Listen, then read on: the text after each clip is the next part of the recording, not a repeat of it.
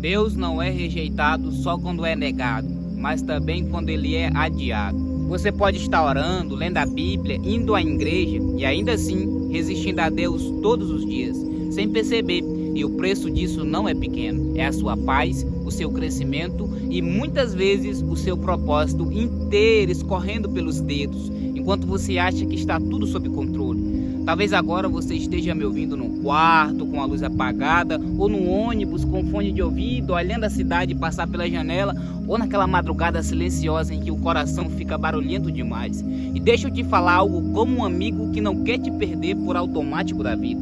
Resistir a Deus quase nunca parece ser rebeldia explícita, raramente é gritar eu não creio. Na maioria das vezes é algo muito mais sutil. É dizer, sim Senhor, mas continuar vivendo como se ele não tivesse falado nada. É ouvir a verdade e responder com um silêncio interno. É sentir o incômodo do espírito e chamar isso de ansiedade, de fase, de confusão. Qualquer coisa que não te obriga a mudar agora.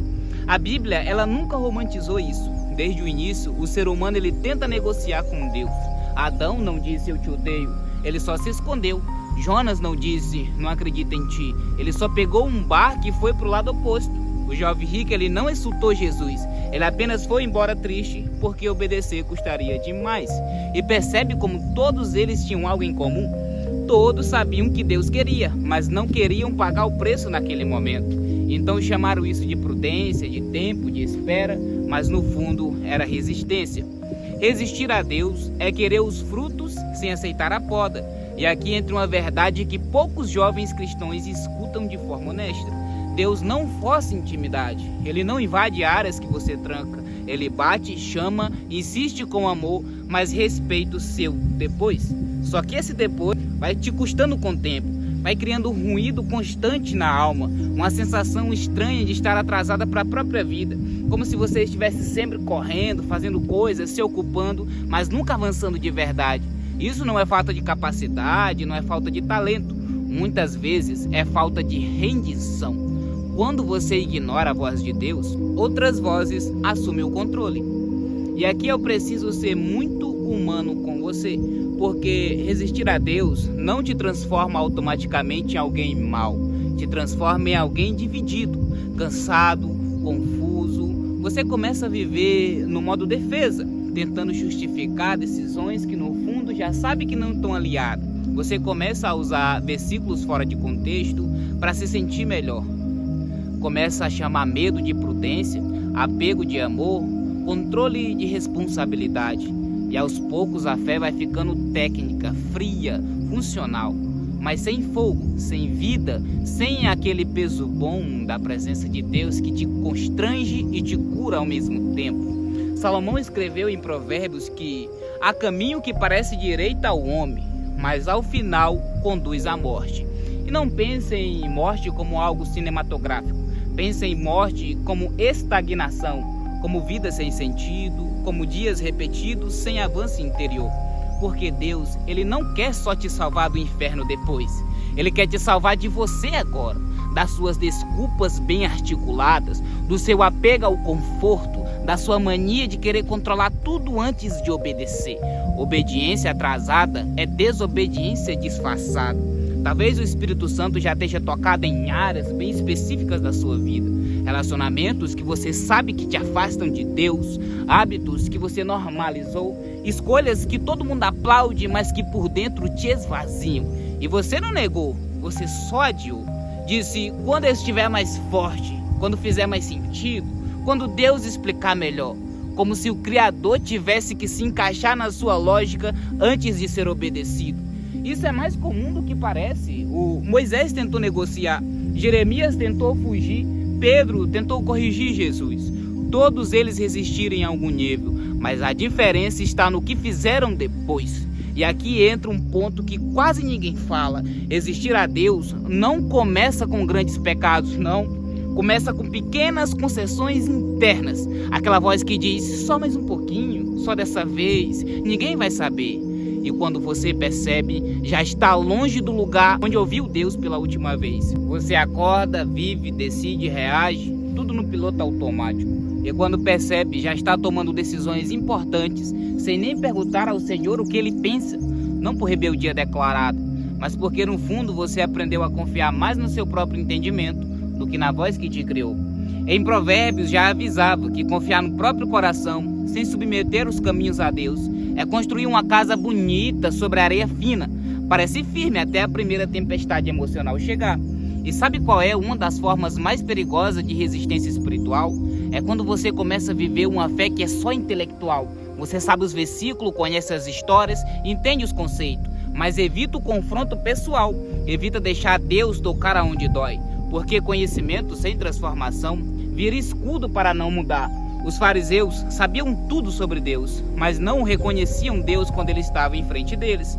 Isso não é um erro antigo, é o risco diário para qualquer cristão que prefere explicar a verdade em vez de obedecê-la. Deus não quer ser só entendido, ele quer ser seguido. Talvez você esteja cansado, emocionalmente drenado, espiritualmente seco e fica se perguntando por que a vida com Deus parece pesada, quando na verdade o peso ele não vem da cruz, ele vem da resistência. Jesus foi claro ao dizer que o jugo dele é suave e o fardo é leve, mas só é leve quando você para de lutar contra ele. Carregar a vontade de Deus enquanto tenta viver a sua própria vontade ao mesmo tempo é o que quebra suas costas por dentro. É o tentar servir a dois senhores e acabar não viver plenamente com nenhum. Resistir a Deus é cansativo, porque você foi feito para cooperar, não para lutar. Existe um momento silencioso na vida de todo cristão em que Deus pede algo simples, mas profundo: perdoar alguém, encerrar o ciclo, abandonar um pecado que ninguém vê, confiar mesmo sem entender. Esse pedido parece pequeno por fora, mas ele é enorme por dentro, porque toca exatamente na área em que você usa como muleta emocional.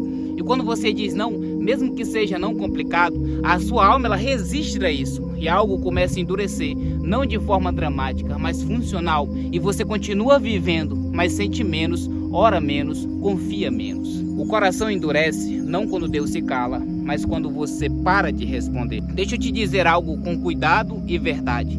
Deus não está tentando tirar coisas de você.